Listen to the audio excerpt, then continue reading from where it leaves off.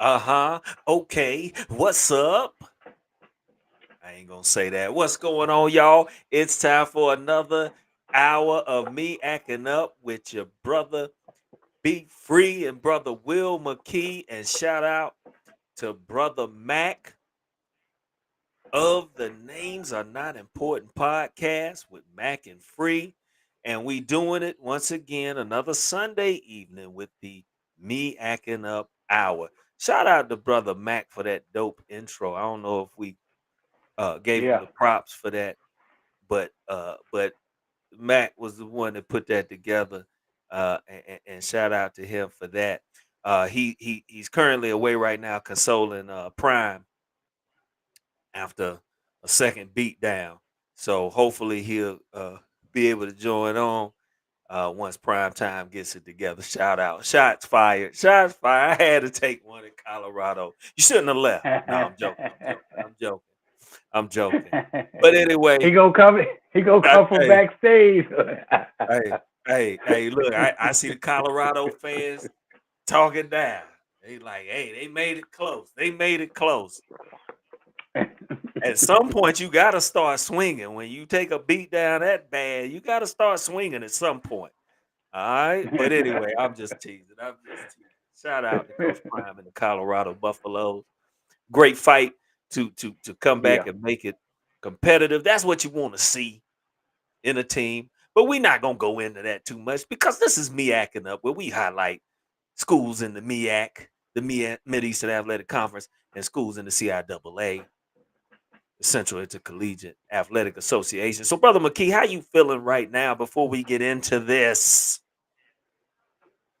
Man, I'm feeling really good. Ready to discuss some of those surprising outcomes, and we're in the thick of it now. This We season is on and popping.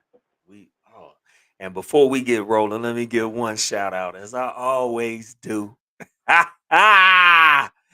And that is a shout out to my undefeated, that means without a loss, Benedict Tigers, who improved to 5-0 with the 27-3 win over the house. You know. BCBC. Exactly. We in the building. So, oh Lord, I feel I get a sense that we got haters in the atmosphere talking about they don't know. In the But anyway, studio. we go keep we go Hate keep moving. in We the gonna keep studio. moving. But shout out to my Benedict College Tigers. So, Will McKee, man, as you said, my brother, we had some surprises yesterday. Let's start in the CIAA. Uh, and we can start with it. This was our game of the week just because it was a big upset, and that was the Livingstone Bears pulling off the upset of Bowie State. McKee, did you see that coming? I don't think anybody did. Uh, so first of all, for those of you who have been following CIAA football the past few years, and really for since they've been in the conference, Bowie State has been a perennial power. They were in the finals last year and were edged out by Fayetteville State. Uh, but I want to say Bowie won it the year before.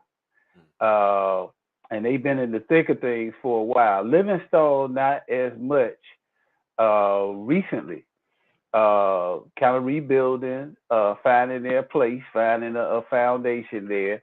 Got a great new football facility, well, football field surface. They play on the Yeah, blue turf the down there. blue turf. That Yeah, and I got to get the ex NFL player that donated that turf's It was name to wasn't shout him. Ben Coates was. It wasn't being coached. It was a ex NFL player that's done about 4 HBCU fields. That's his mission Okay, okay. to put turf down. I'm gonna get that name by next week. No, to answer your question, didn't see it coming. Uh, Livingstone had a great day. Yeah. Uh, it's conference play. It's And I've conference been play, noticing, and hey, like we've been talking about, I've been yeah, noticing those scores have been closer and closer. They've had you a said that. hump the first half of the season, and now you see the test that they have is paying off, and they eke out a big win at home. I think it was a special day on the blue turf, right? They had some Yeah, honorees that they were celebrating down there for community service and things they're doing to build up that community. So it was a big day in Livingstone, and I don't know of a place where you gonna get a better fried fish sandwich. You see, I had to say that's funny. sandwich Yeah, because that that's is the different. home of the fried fish sandwich. It is. It is. And Hey, to go along, yeah, to go along with that good fish sandwich, Livingstone never trailed. yeah. Uh, that fish grease must have been hot early. They must have got that fish grease going about 9 a.m. and fired because they came out the gate up seven, went into the halftime 17-6, Yeah, never trailed and never finished trailed. strong. Let me ask this, So McKee, because you're a former MEAC and CIAA athlete. How many people can say that? But going down there to Livingstone, man, was it a tough environment to play in? well, when I was around my time at Winston-Salem State, Winston-Salem State was the class of the conference at that time Yeah, with Hampton and Virginia Union always that was kind of the three-headed monster in the CIAA at that time before Hampton departed to the MEAC. But it was a tough environment because Wilmot Perry when he was the yeah, running back down there at Livingstone, and they brought the legend up from Charlotte Mecklenburg, the high school coaching legend. His name is escaping me right now, but they had a run. Livingstone has had a streaky program. They and then during Ben Coates' time, for those of you who know, Ben said his name earlier, who left Livingstone. My brother Tony actually coached Ben, was offensive coordinator there under Coach Delano Tucker during that tenure, and Ben went on to star with the New England Patriots. But when they're rolling, they're rolling. When they're hot, and those people gather around that. It's one of those environments where a lot of people stand on the side. And when you run off if you have a pass that's caught and you run off the side, you might catch a fish bone in the in the ribs or something. No, no, but it's one of those. It's unique. It's unique. It's very nothing like unique, Salisbury. very Yeah. unique, very unique, and shout out to How about Livingstone. basketball?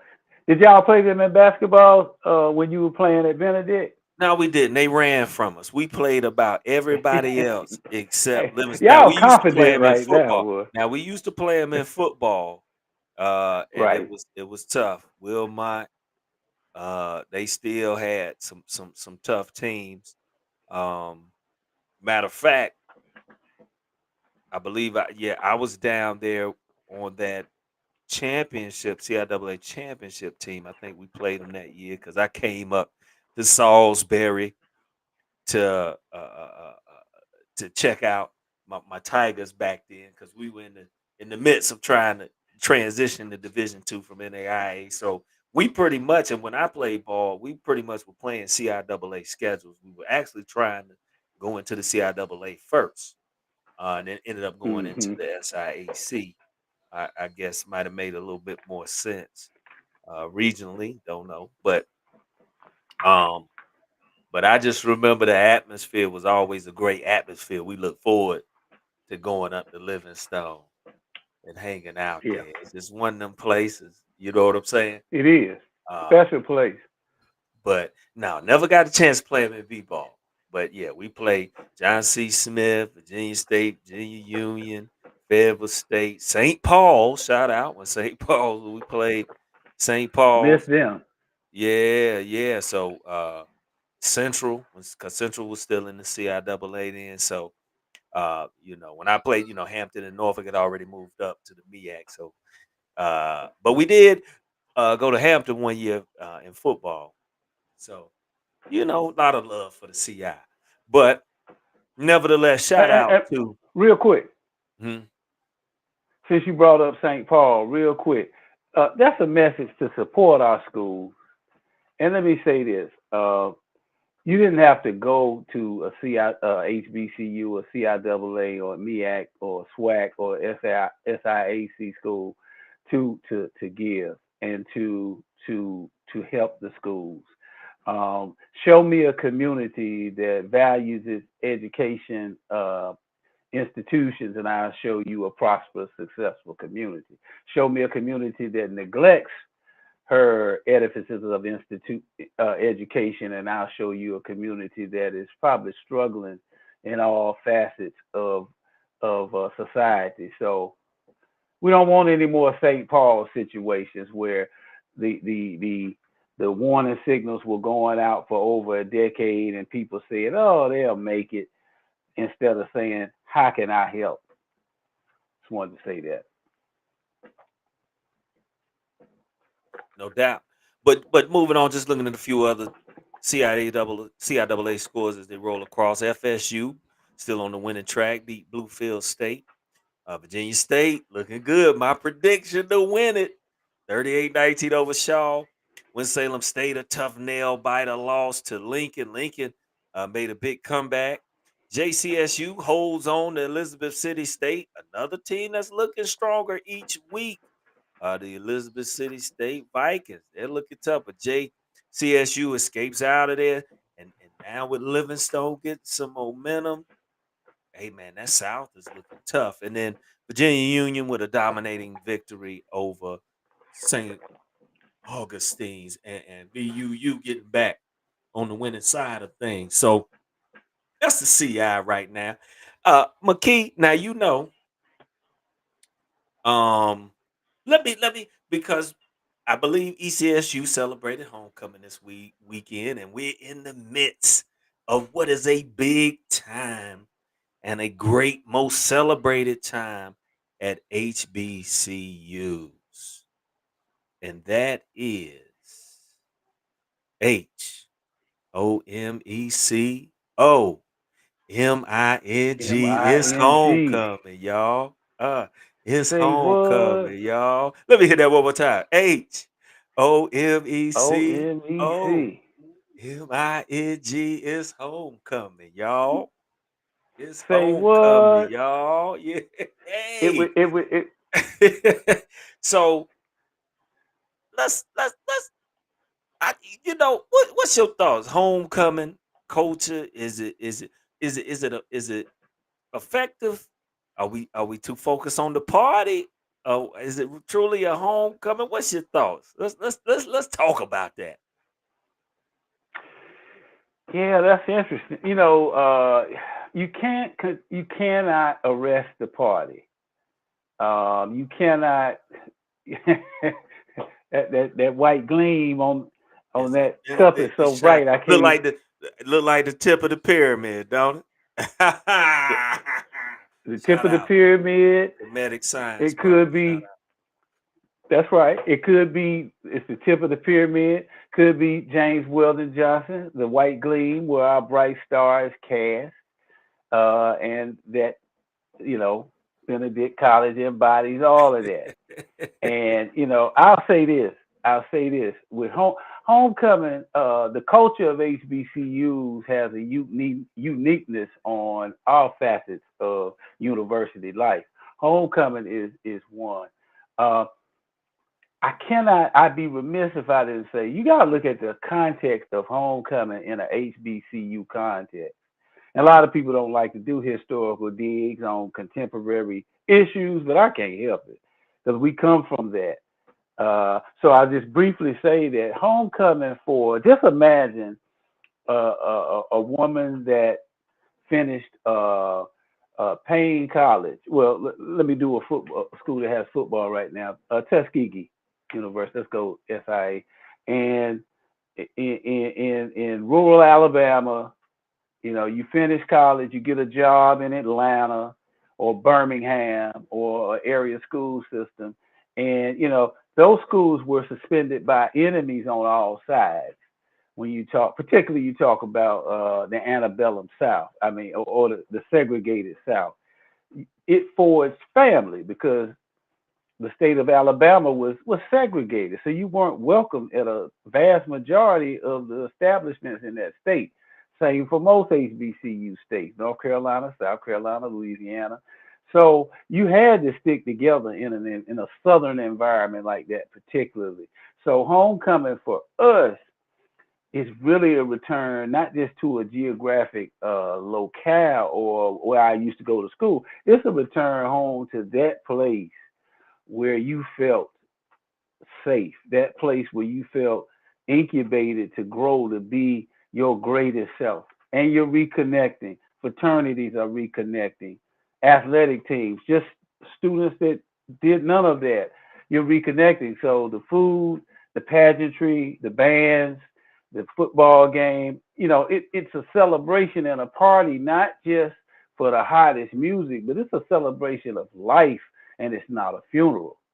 It's saying, wow, we're back to that rock, that our mother, that alma mater in Greek or Latin, I'm sorry, that that took care of us. So we got to take care of her. And we can't help but swag surf, and I'm not saying that right, or we can't help but swag surf while we here. We can't help but line dance a little bit. In South Carolina State, it was the bus stop.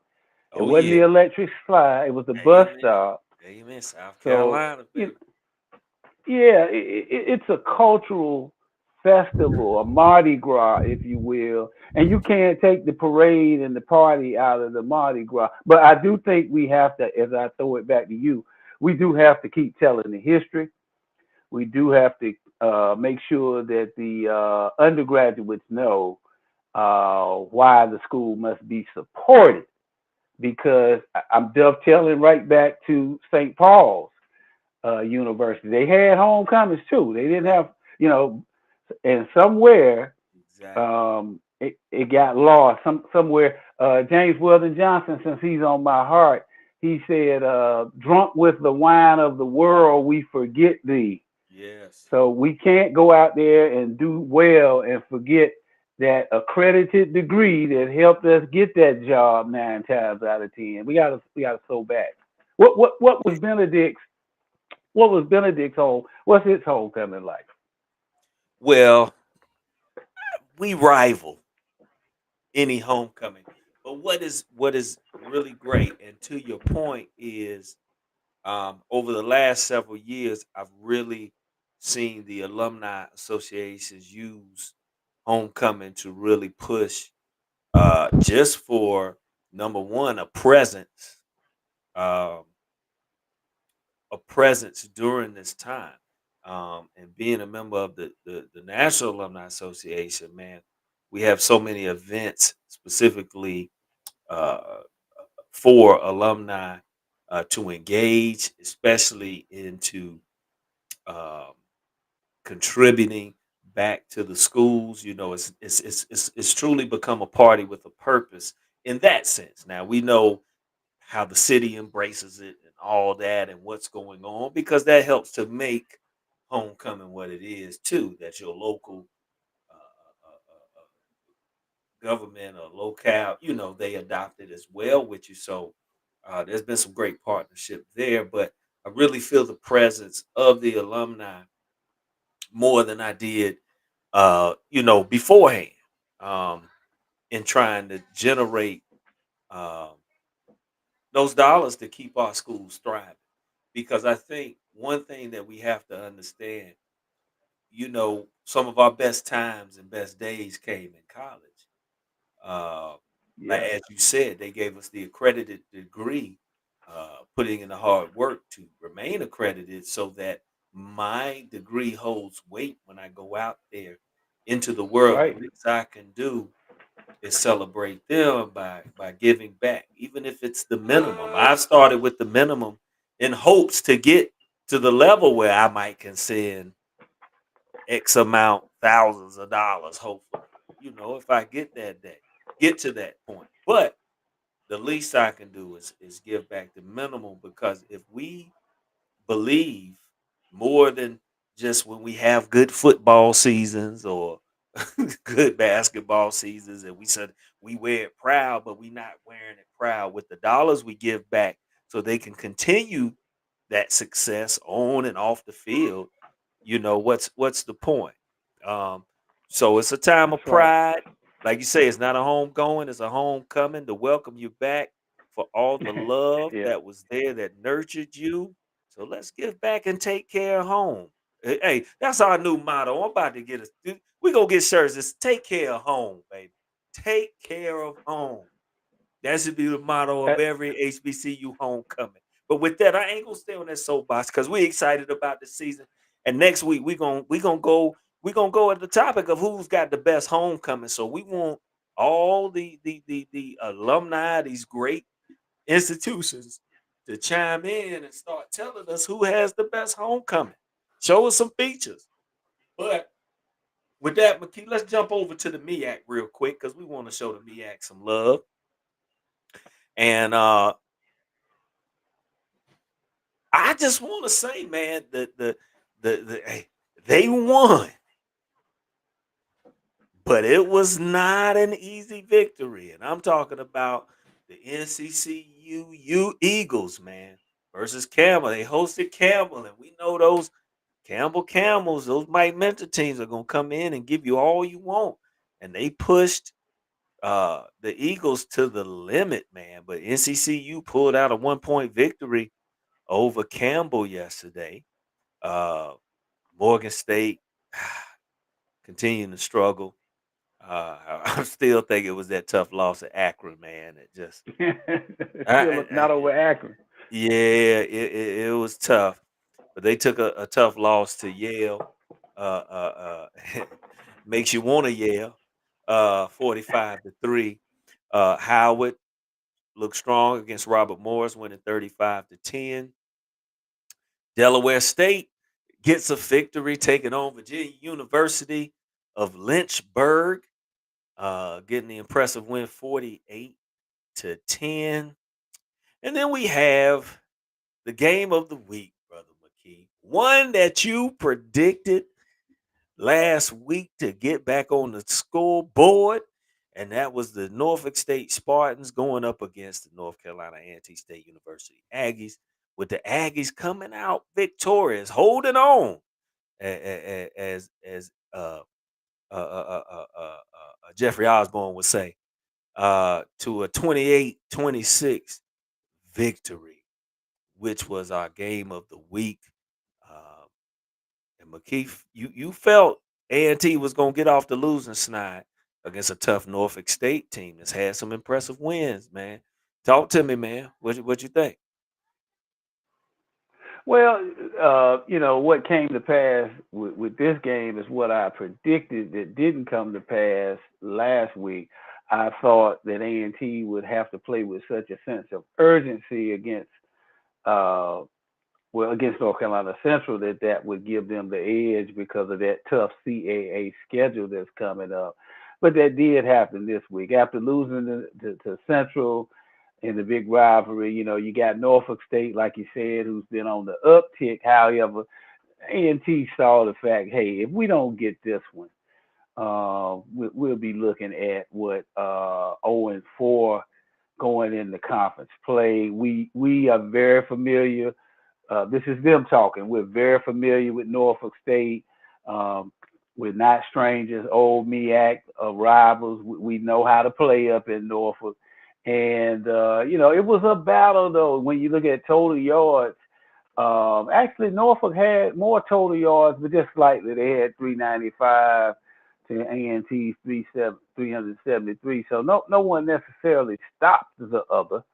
But A&T was able to outlast them and get ready for what's next and their big homecoming coming up as well. So yeah, I mean, I thought they had to have this one, or you would have people talking about a possible zero up there at the end of the year, and A&T's program has come too far for that to happen. Uh, they don't want that in Aggieland. Yeah, They still have high expectations. cause their boat has been rocking on some unstable waters, and Yes, we kind of let them slide. You know, they ain't MEAC no more, but they still a part of us's. So uh, yes, there's been some turmoil about the move. You got former athletes, you got some alumni upset. But that's what comes when you're not winning or you're used to being on top and you get some turmoil. So I'm kind of glad that the Aggies were able to pull it out, get off the snide, and maybe it can get them some momentum to have a better year than what it was possibly looking like starting 0-3. Um, so we'll see. We'll see. Man, yeah. we don't know. And, well, and to kind of build off something you said, to my Aggies out there, and this is coming from a SC State Bulldog, WSSU Ram. Uh, we want you to succeed. Um, you know, I think we're bigger than hoping that you do bad. We want you to succeed. You're an HBCU, like Ben just said. You're a former conference mate. We just didn't want to lose you, and you can't blame us for that because you meant so much to the MEAC. And Ben, as I say every week, he grew up in a household with the MEAC commissioner as a father, and so much of that conference was built off of A&T's capacity as an institution financially to scale up when they needed to do some big things. And it was one run in the MEAC in basketball where, unlike any other run in any other conference, A&T had about 7 straight MEAC basketball championships at one in that late '80s period under Don Corbett, the legend. So you just meant a lot to us. But we wish you the best in the CAA, and that's where that is. No hard feelings, but come on back and come on back. Come on home. Come on home. Come on, come on. You can always come. What did Martin Lawrence say? You can always come home. You can always come home. You can So do always that. come. But eventually, and we're gonna have on the show coming up a treat. Should I keep it a surprise? But we're gonna have uh, Mm-mm. uh, uh, the guest, none other than my brother, literally, uh, Kenneth Freed Jr., for the namesake of our father, as McKee pointed out, was the commissioner of the MEAC. And we're going to kind of talk about this. What's up with the MEAC? Where are they at with it? What does it look like? We're going to talk about the history of these bowls that we are seeing popping up to prominence. And we're going to touch on that in a second. We didn't. We should have in the CIAA segment, but that's my fault. Uh, but the recent deal that was done with the CIAA and SIAC for the Florida Beach Bowl, but we're gonna come back to that. But we'll have them on, and we're gonna talk about the history of that, and and the role that our father played in establishing the foundation for some of these, um, I guess, revived or renewed or 2.0 next level bowls. But foundationally, we have a start from way back when. So we just want to kind of go into that and just give some history and talk about it and where we see it going. That's the beauty of it. But Yeah. Can't let me say too, being go can't ahead. wait for the attorney to be in the building. Yeah. My first cousin Ken, Free is being said, and let me just throw this in here real quick too. I mentioned to the brothers at SWAC and sisters at SWAC and a Food that cover the SWAC conference down south. I mentioned to them on several occasions about just the value of both all four HBCU conferences remaining strong. We got serious rivalries, but they're rivalries on the field and on the court and on the track and on the volleyball net. But we have no choice but to pull for each other in as it relates to growing infrastructure and capacity. I mean, you got to be rooting for each other as HBCUs to level up, to scale up. We have a glorious past, and I can't wait to hear Ken's take on the MEAC. I can't wait to hear. And this is an interesting time for the MEAC. We can't have a MEACing up and not talk about the fact that we only have 6 schools playing football. And if I'm not mistaken, that's the limit. You can't have any less. Is that correct, Ben? Hmm.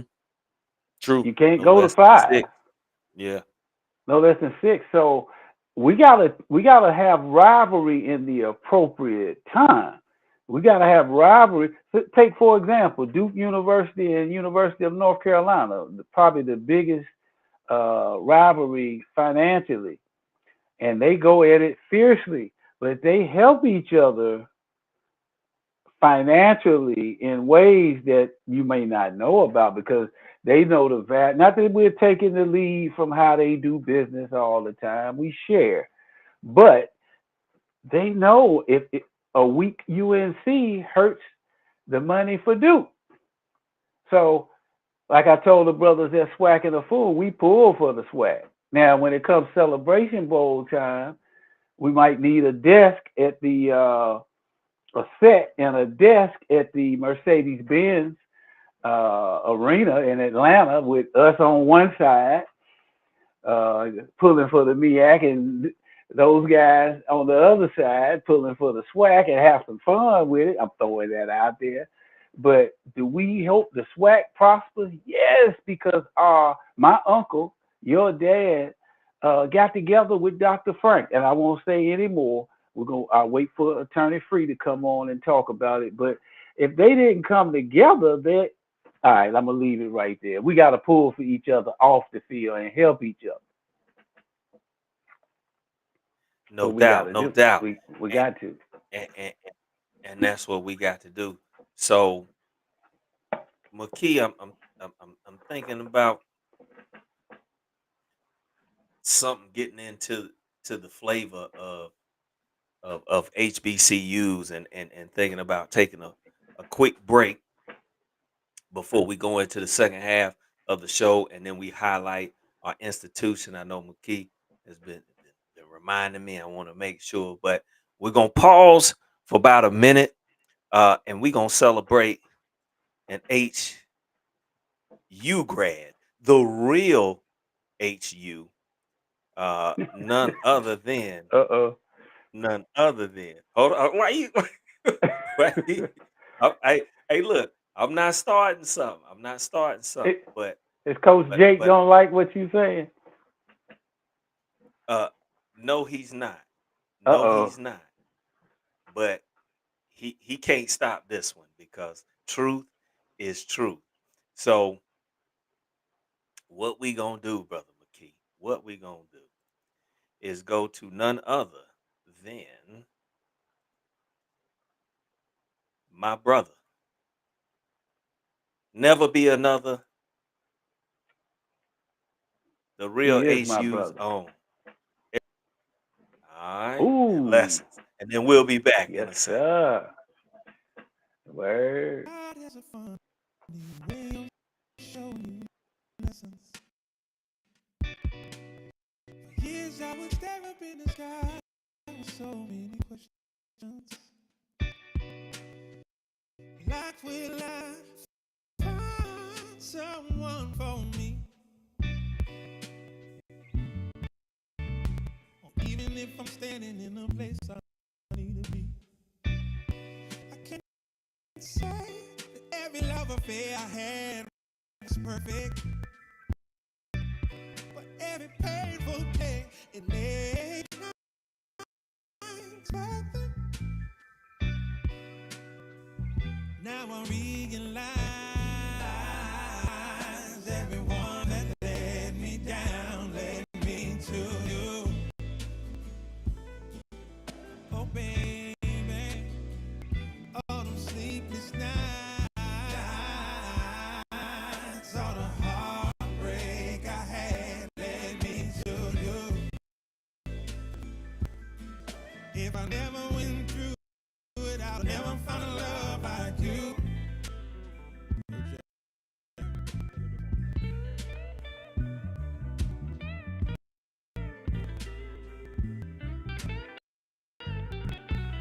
It's not about the past, it's all about the present. I thought love wasn't meant to be until the day I felt it from you. Oh You no. gave so much to me, can't help but give it Me. back to you. Back to you. What? We ain't gonna give.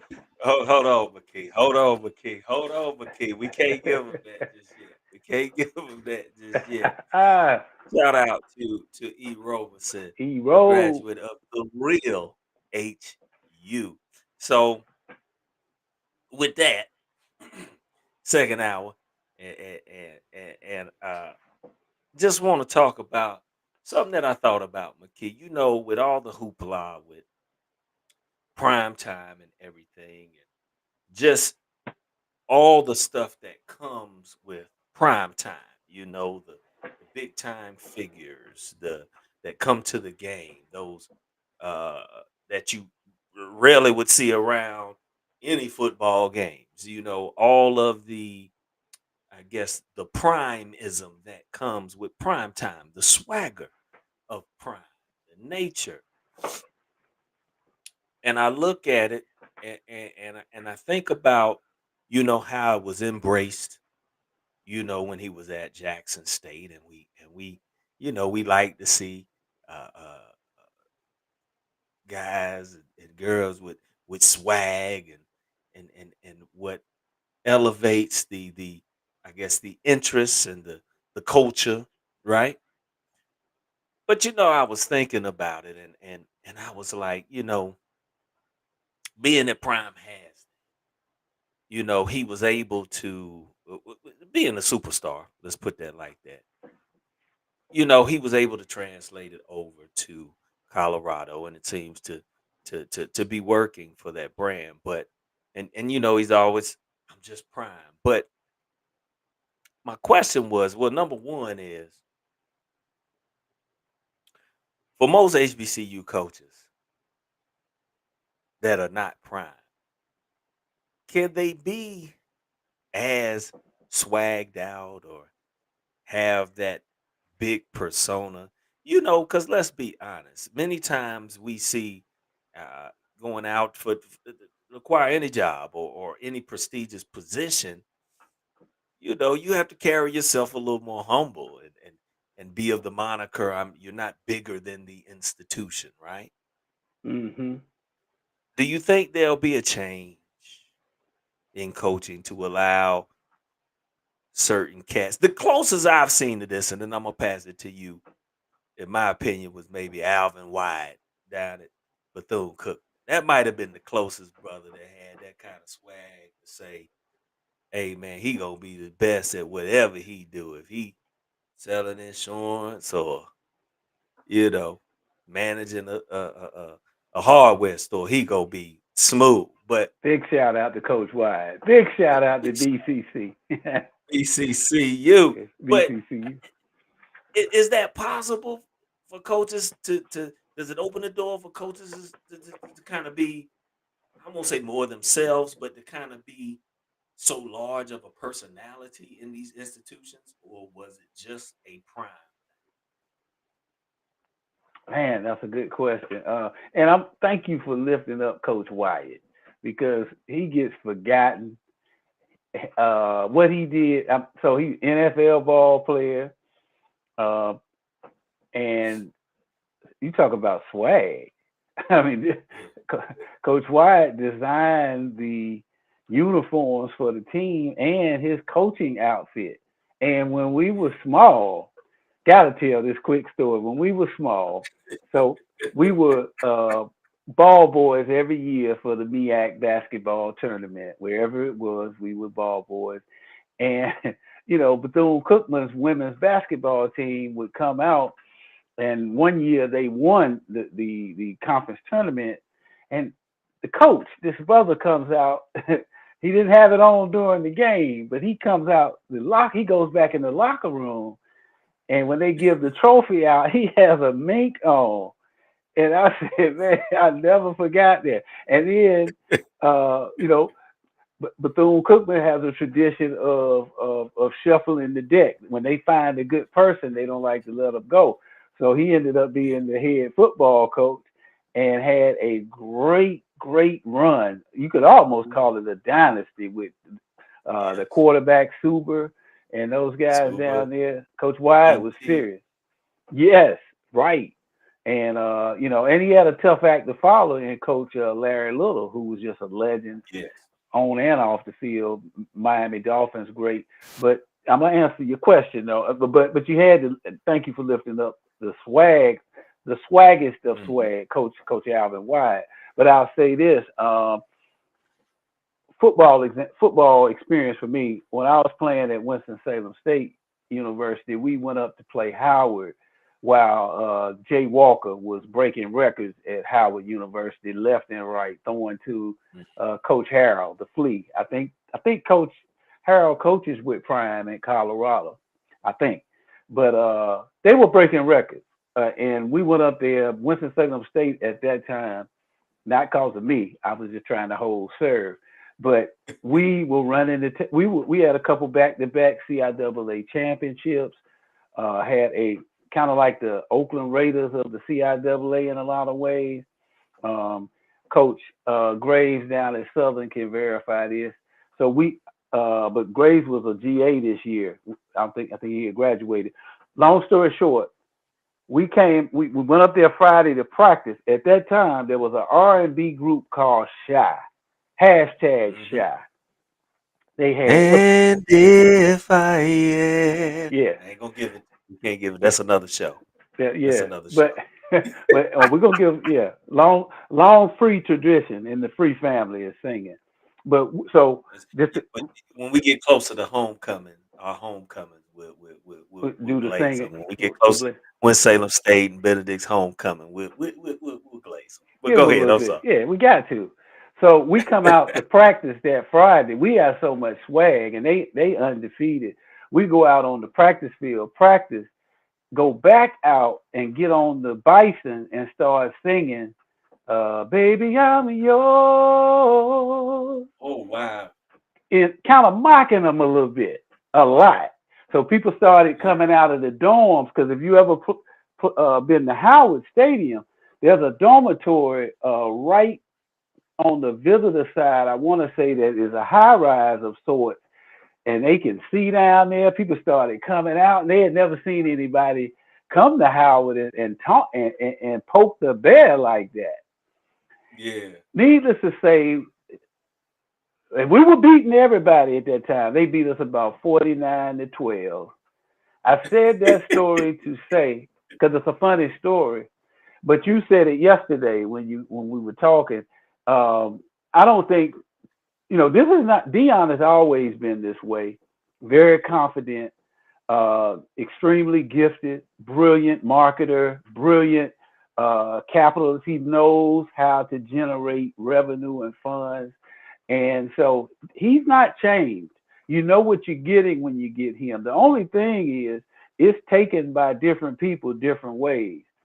And when you operate like that, when a team gets you down, or the powers that be come at you a certain way, you can have additional arrows pointed at you. But I'll give him credit. He is strong enough. He knows that's coming. He'll take that on.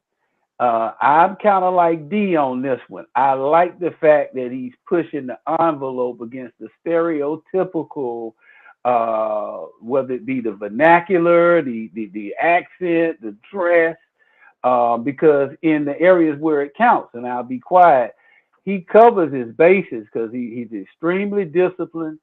He's extremely emphasizing character and academics all the time. He wants his players to make a big impact positively in the society. But he just says, I'm from Florida. We like gold. We like it on the outside of our sweaters. In Florida, they'll wear some gold over a tie. I don't know how many of you have ever, if you've ever been to church. You Uh, see, Come, take but over. I'm but sorry. what? But I got a second half to that question because you know, this happens a lot, and I'm hoping that like with Prime's move, even though and it's difficult to throw these scenarios because he's Prime. You know what I'm saying? But oftentimes I feel like for whatever reason, a lot of our coaches on the HBCU level, let's just say the HBCU level that's covering D1, D2, a lot of them get typecast, and I feel like the opportunities are limited Yeah, once you take positions at HBCUs. People, it's almost like you're there. You rarely see coaches that transition to higher positions for whatever reason. And I know for some of us that may be purists, we like, hey, I'm an HBCU grad. I'm dedicated to it. I want to stay here. But for some, I mean, do you think it's an element of many coaches because how it's been viewed or not viewed? Because, like you say, HBCUs have garnered an increased um, attention that after Prime. There were some movements, with more regular games and contracts like with ESPN and some other networks, but before it still didn't have as much viewership or scrutiny. The Celebration Bowl began that with getting more attention back or toward the programs in a sense and the tradition.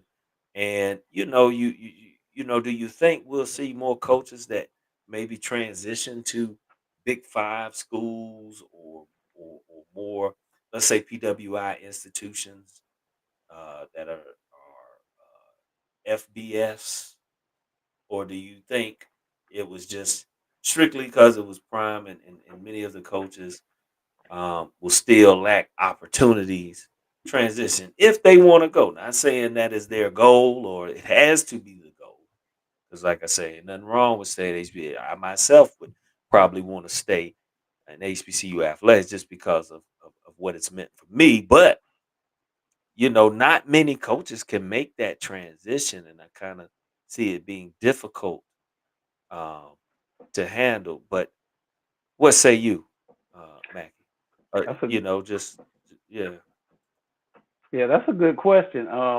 And you had some thoughts a few days ago on what that style of coaching may do to your opponents or people coming at you.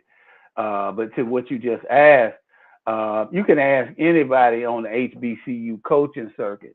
You can ask a lot of HBCU professors and administrators that typecasting has happened in the collegiate realm of employment forever. I mean, you're talking about pre 1965 Higher Education Act. And, you know, for those who may not know, and a lot of times when the criticisms come of HBCUs and different things, people don't know the history of them.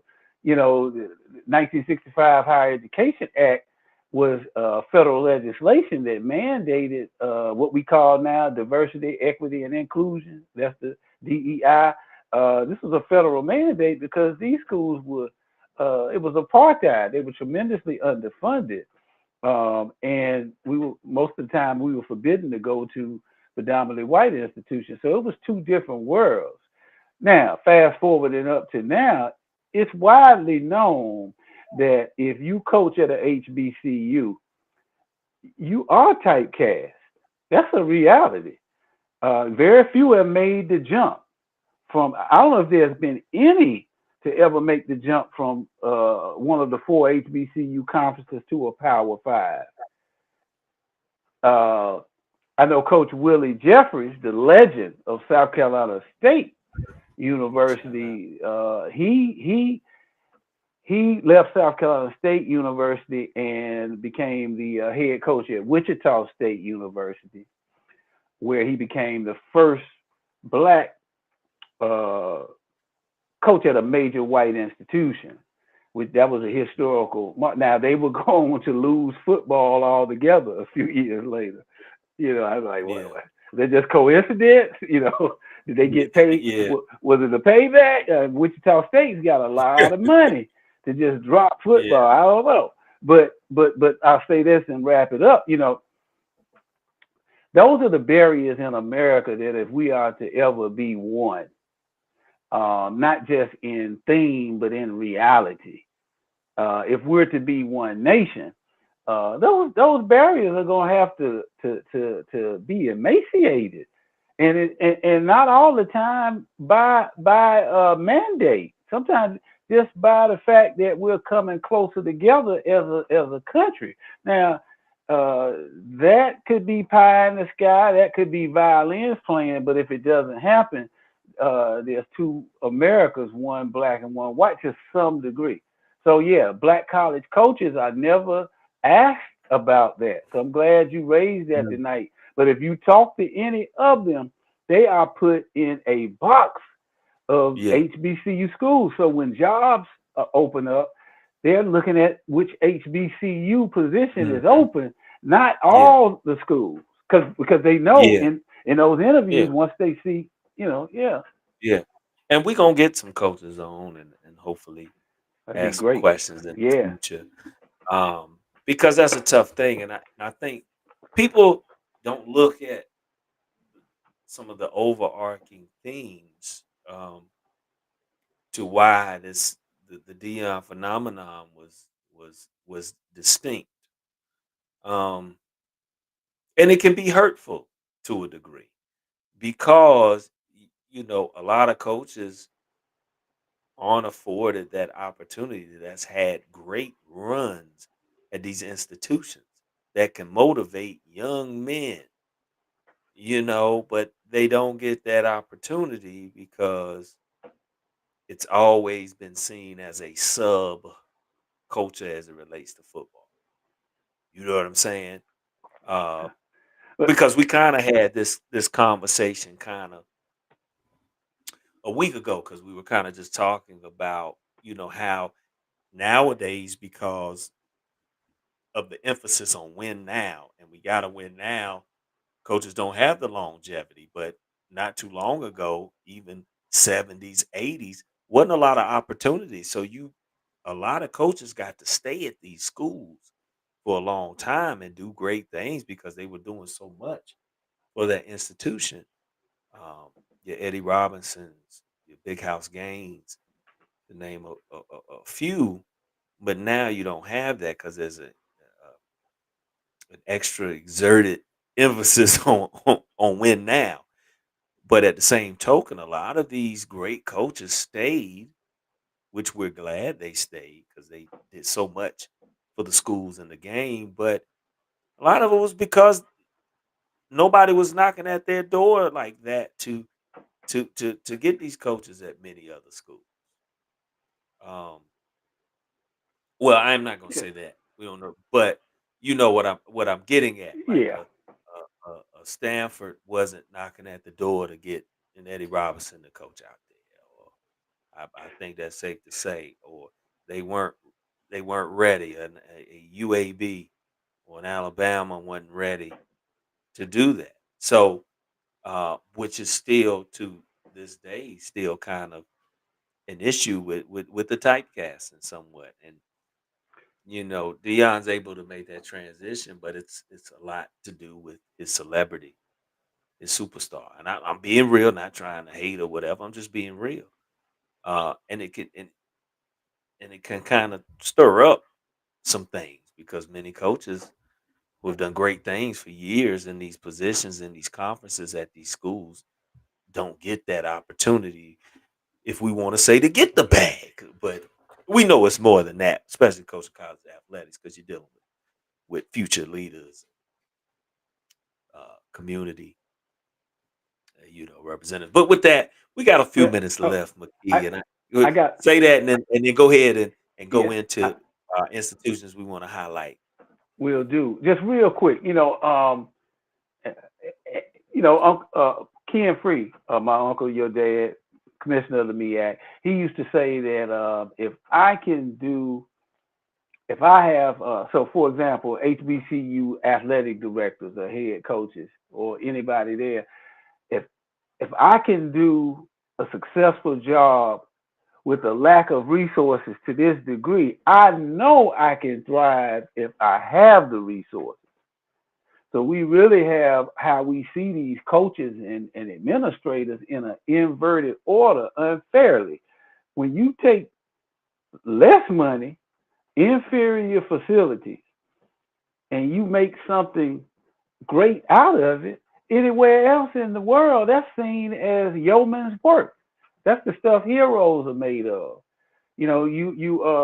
Yeah, I saw, and I don't, we don't bother to sweat, but I saw on Coach Terrence Gray's Facebook page where they went to play Arkansas Pine Bluff this week and stopped by the school of the Little Rock Nine, which were the nine African American students that attempted to integrate the Little Rock school system, striking a blow Central at High School. Southern Yeah. apartheid in America. And see, that's the kind of Hmm. thing that HBCU coaches have worked into the curriculum, into the season.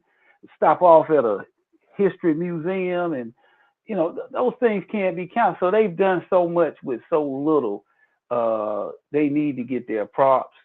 Dion was a unicorn, as you said, in so many ways. There's only one Dion Sanders. And who else has that resume and that background? I digress on that. But let me go and finish out the show with our HBCU news of the week, where we highlight an HBCU that's doing some awesome things. And if you're looking for an institution to go to, consider an HBCU. You won't be sorry. This week, we're up at Morgan State. And me and Ben like to quote the Wu Tang lyric where they said over by Morgan State. I All the think way over there by Morgan State. that's what the RZA said. Shout out to the Shaolin, the RZA, the Jizza, the ODB. You got to name them all. Feel like, but Yeah, Morgan RZA, State. the Jizzle. Yeah, you got to say the Go whole ahead now. nine. Morgan State President David K. Wilson selected for prestigious Harold W. McGraw Jr. Prize in Education. On the previous weeks, we've highlighted programs. This week, we're highlighting a person. Leadership of our institutions is vital in their survival and in them thriving as well. Wilson, the first president of an HBCU to earn the honor, joins two other honorees chosen for the outstanding achievement in pre K 12, higher education, and lifelong learning. So, the Harold W. McGraw Jr. Prize in Education, Google that. See, that is a highly esteemed award. This just went to Dr. Wilson, for his great work at Morgan State, where he is growing the endowment and graduate programs at a unmatched pace. Big shout out to Dr. Wilson. And if you're in the Northeast or the West Coast, all the way in Cali, consider Morgan State. It's a world class institution that you will not be sorry that you uh, chose to do your 4 years at the great Morgan State, the home of the Bears. And I will say in closing, big shout out to Dr. Harold Martin, the chancellor at North Carolina A&T State University, who announced his retirement at the end of this year. Everybody knows the great work he's done at North Carolina A&T. It is the largest HBCU, and we featured them last week on the great things that they do in engineering and a plethora of other majors. So back to you, Ben. Thank you. Hey man, that's a great way to end it. And shout out to Dr. Martin. Um, and we wish A&T success as they search for a new chancellor. But Yes, on that note, uh, but Key, I don't know if you got any final shout outs. I do want to shout out once again, as we always do, the inspiration for our version, me acting up. Shout out to Swacking the Fool, big shout love out. the inspiration behind this. Um, you got any final shout outs? So that's gonna do me for this evening. Big shout out to Swack and the Fool. That's my favorite podcast on social media. Love those brothers, and I look forward to seeing Attorney Ken Free Jr. here next week as we discuss, among other things, postseason play for HBCU football programs. How does it differ? The PWI bowl situation and playoffs, and some history on HBCU bowls that we're closely connected to. And you can see us on, where can you see Names are us? not important on YouTube. You can also see us on the Facebook page. Names are not important with Mac and Free. You can also catch us Mac and Free on Instagram. So check us out. And other than that, we'll see you with the on Mac and Free. You can check out Mac and Free with the 15 minutes with Mac and Free, which usually turns into an hour. But 15 minutes with Mac and Free on Friday nights. You catch that. And then as always, catch the Me Acting Up hour. By names are not important with Mac and Free every Sunday at 9 p.m. So shout out to you, brother Mackie. I'm out. Shout out to brother Mac. And we'll holler at y'all next week. Peace. Peace.